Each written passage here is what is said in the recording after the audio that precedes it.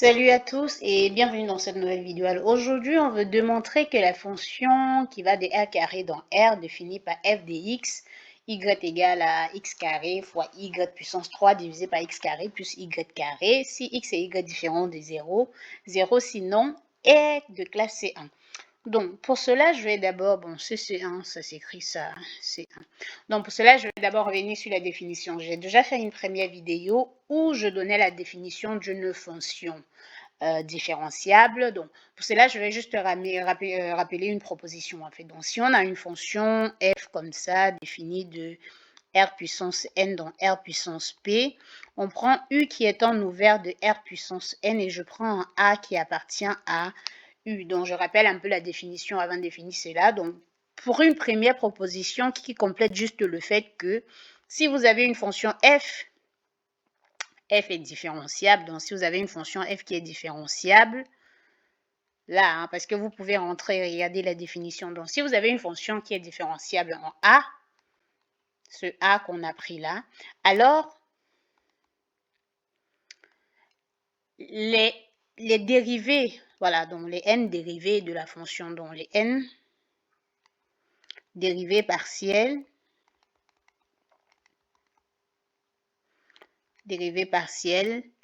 de f existe dans la... Bon, c'est pas il existe, les n dérivés partiels existent. Et justement, ces dérivés partiels, elles se notent sous cette forme-là, qu'on peut juste mettre sous la forme de... et tel que pour tout h. Comprendre, donc ici, donc on va juste mettre par exemple différentiel de f au point A, parce que c'est le point A, appliqué en h est tout simplement égal à la somme sur les i allant de 1 jusqu'à n. Regardez bien, n c'est la dimension de l'ensemble des départs, dérivée partielle de f par rapport à xi au point A multiplié par hi. Donc voilà un peu. Mais par contre, c'est qu'il faut garder en tête que ces dérivés de f par rapport à xi et tout ça, c'est encore noté comme ceci, est dérivé partiel de f au point A. Mais le théorème qu'on va utiliser ici pour démontrer que f est de classe C1, on va juste rappeler que la fonction f est de classe C1. On peut aller jusqu'à la classe CK, mais j'ai décidé de commencer d'abord par C1. Donc la fonction, elle est de classe C1. Oh là, C1. Elle est de classe C1 si simplement, donc si et seulement si toutes les dérivées partielles existent, donc toutes les dérivées partielles existent. Il faut dire qu'elle est C1 sur un intervalle, parce que ça, c'est vraiment très, très important. Donc, C1 sur U, le U qu'on était déjà là. Si et seulement si toutes les dérivées partielles,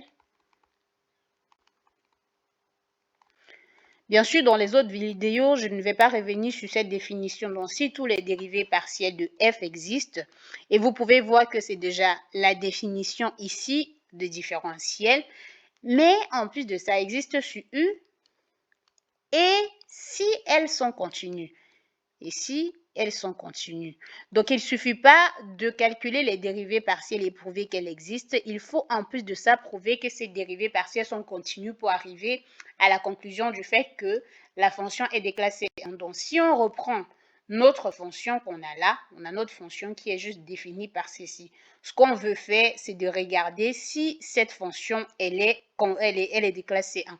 Donc, la première étape à faire, c'est de pouvoir calculer d'abord déjà les dérivées partielles, parce que là, ça va. Donc, on va calculer les dérivées partielles et on va regarder si ces dérivées partielles sont continues.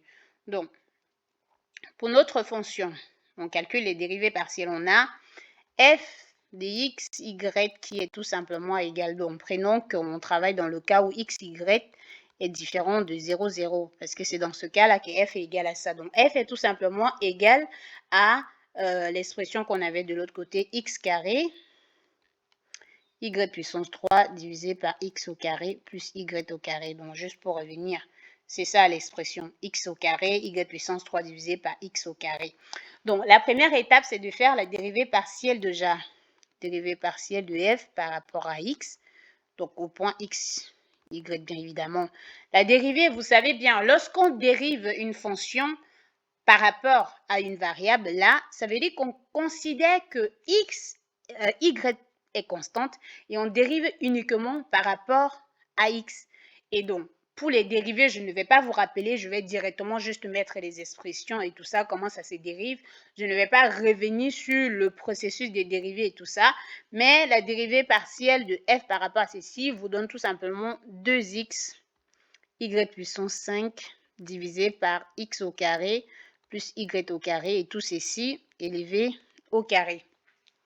Si on passe à la dérivée de f par rapport à y au point xy, on suppose à ce moment-là que x est constant et on dérive uniquement par rapport à y.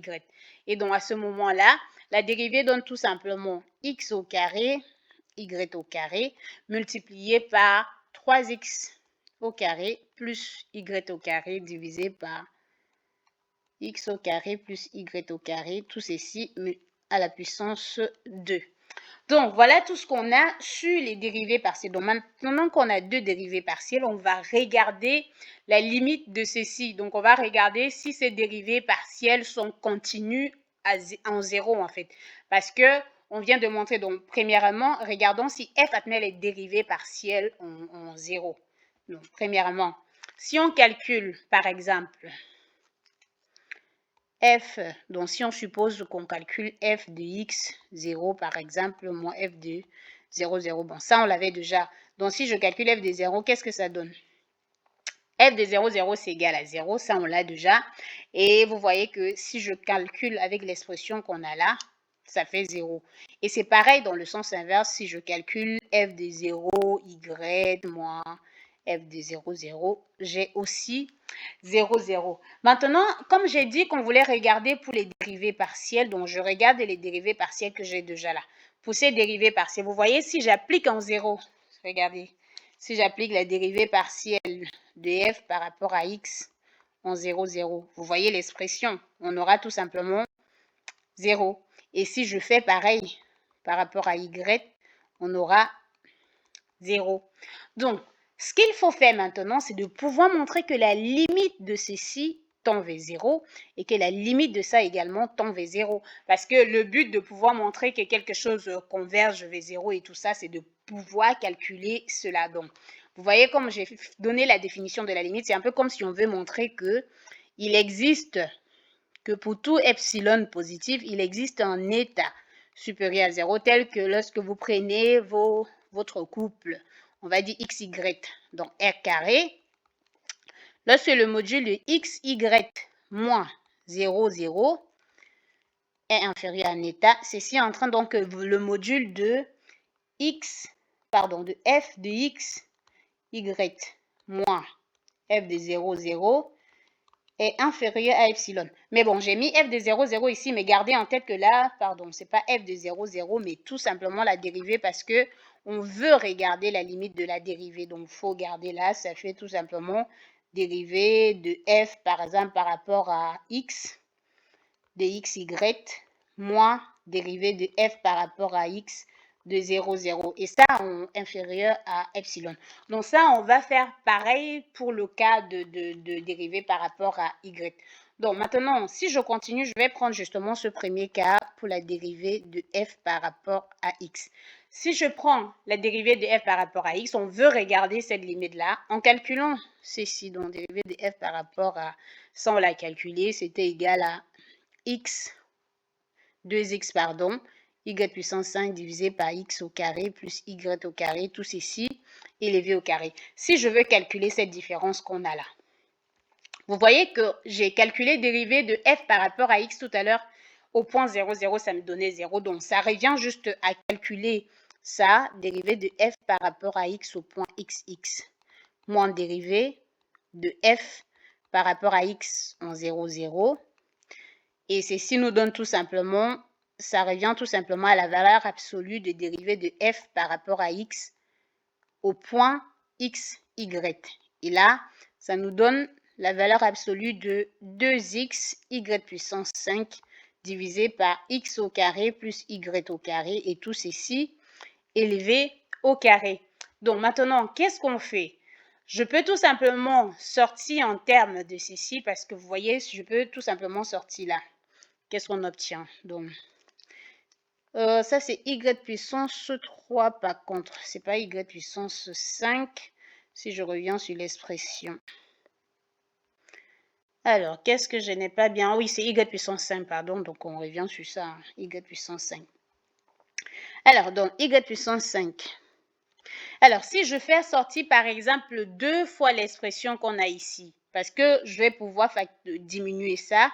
Donc, si je fais, ça fait 2 x y au carré. Donc, si je fais ça, quelle est l'expression qui me reste? Disons y, tout simplement. Et là, j'ai y puissance 4 divisé par x au carré plus y au carré, c'est 6 au carré. Cette expression devient encore le produit de la valeur absolue de 2xy fois le produit de y puissance 4 divisé par x au carré plus y au carré, tout ceci élevé au carré. Et là, bon, après, on devait directement le scinder là. Donc, ça fait inférieur à la valeur absolue de 2xy. Bon, ce n'était pas nécessaire, donc on peut encore garder là, fois valeur absolue de y au carré divisé par x au carré plus y au carré, tout ceci élevé au carré. Et vous êtes d'accord avec moi que cette expression est tout simplement inférieure à 1. Et là, tout ce qu'on fait, donc c'est un peu là, on se situe à la position où on regarde un peu le terme de x et tout. Donc, si on fait une majoration, voilà ce qu'on retrouve. Donc, on va tout simplement retrouver que l'expression est majorée et on aura ça. Donc, ceci va être inférieur à 2 fois la valeur absolue de x, y. Donc, on vient de montrer que la valeur absolue de f des dérivées partielles de f de x par rapport à x, y est tout simplement inférieure à ça. Et bien évidemment, on ne va pas retourner tout simplement. Ça veut prouver que si on calcule la limite à ce moment-là, on calcule la limite à ce niveau-là, qu'est-ce qu'on retrouve? La limite de ça, on va tout simplement retrouver que la limite, ça converge vers 0. Et là, calcule la limite de ça, on va tout simplement confirmer le fait que la dérivée de f par rapport à x au point xx, quand x, y tend vers 0, 0, on va trouver 0. Donc, vous voyez déjà là, c'est majoré. Donc, même si vous vous concentrez uniquement sur cette définition, vous pouvez avoir directement la limite qui tend vers 0, 0, ce qui est bien égal à la dérivée de f par rapport à x au point 0, 0. Donc, on a conclu que la dérivée partielle, ce qui implique que la dérivée partielle de f par rapport à x est continue en 0, 0. Si on passe à l'étape suivante, donc maintenant on veut regarder la dérivée partielle de f par rapport à y, x, y. Ce qu'on a calculé, c'était égal à x au carré, y au carré, multiplié par 3x au carré, plus y au carré divisé par, là on l'a divisé par x au carré, plus y au carré, tout ceci élevé au carré. Donc le principe maintenant, c'est qu'on arrive à majorer l'expression qu'on a là. Donc, on arrive à majorer l'expression qu'on a là. Si je mets la valeur absolue sur dérivée de f par rapport à y au point xy, ça fait valeur absolue de x au carré, ce qu'on avait déjà là, x au carré, y au carré, valeur absolue de 3x carré. Bon, je pense que je ne vais pas directement scinder la valeur absolue, je vais le présenter différemment. Je vais plutôt mettre cette expression-là, 3x au carré plus y au carré, multiplié par x au carré, y au carré, divisé par x carré plus y au carré, tout ceci élevé au carré. Donc, je présente plutôt sur cette forme-là. Donc, voilà un peu ce que je retrouve. Maintenant, si on continue la majoration, justement, dans ce cas-là, comment est-ce qu'on arrive à majorer le terme qu'on a de ce côté-là? On a 3x au carré plus y au carré fois x au carré. Donc, on peut dire xy divisé par x au carré plus y au carré. Tout ceci élevé au carré et on met la valeur absolue. Mais rappelez-vous que dans le calcul qu'on met généralement, on est d'accord qu'on est capable de majorer donc en utilisant le fait que x moins y au carré est positif et que ceci est positif et que ceci c'est encore x au carré moins 2xy plus y au carré, ça fait supérieur à 0. Donc, on arrive toujours à trouver x au carré plus y au carré qui est supérieur à 2xy. Et par conséquent, si je fais renvoyer ceci de ce côté, j'arrive à trouver que x de x, y divisé par, bon, est-ce qu'on va garder divisé par x au carré plus y au carré, ceci est inférieur à 1. Maintenant, donc, si je l'élève au carré, ça veut dire que je vais tout simplement, donc je vais renvoyer ce terme de l'autre côté, ça fait xy divisé par x au carré plus y au carré qui est inférieur à 1 sur 2. En élevant au carré, parce que c'est l'expression que j'ai là, donc je l'élève au carré, en faisant cela, j'obtiens tout simplement ce terme-là qu'on a là, donc j'obtiens tout simplement x, y, oula, donc là c'est pas bon, j'obtiens tout simplement xy divisé par x au carré plus y au carré, tout ceci élevé au carré inférieur ou égal à 1 divisé par 4. Et je reprends mon expression que j'ai là, la dérivée que j'ai là par rapport à y, j'obtiens tout simplement dérivée partielle par rapport à y au point xx qui sera à ce moment-là majoré par la valeur absolue de 3x au carré parce qu'on l'avait déjà, plus y au carré, multiplié par ça qu'on a trouvé un quart, parce qu'on a majoré ce terme qui était aussi en valeur absolue. Et donc, je me retrouve au final avec ça qui est majoré par un quart, par la valeur absolue de 3x au carré plus y au carré. On est tout à fait d'accord également dans ce cas que si j'applique, j'aurai tout simplement la limite de dérivée de f par rapport à y quand x, y tend de 0, 0, au point x, y, ceci me donnera 0 en utilisant ce que j'ai là. Ce qui est encore égal dérivée de f par rapport à y au point 0, 0. Ainsi, ce qui est en train donc que dérivée de f par rapport à y est continue en 0, 0. Alors, donc, on vient de montrer que la dérivée par rapport à f, par rapport à x et par rapport, dérivée aussi de f par rapport à x est continue en 0, 0. Ce qui nous permet de conclure que d'où, donc là, on arrive à la conclusion d'où f est C1. Donc voilà globalement les étapes qu'il faut pour montrer qu'une fonction est de classe C1. C'est tout ce qu'on pouvait présenter aujourd'hui. Donc dans les autres vidéos, je vais directement prendre les exemples et on va passer dessus. Donc, on se retrouve pour une prochaine vidéo.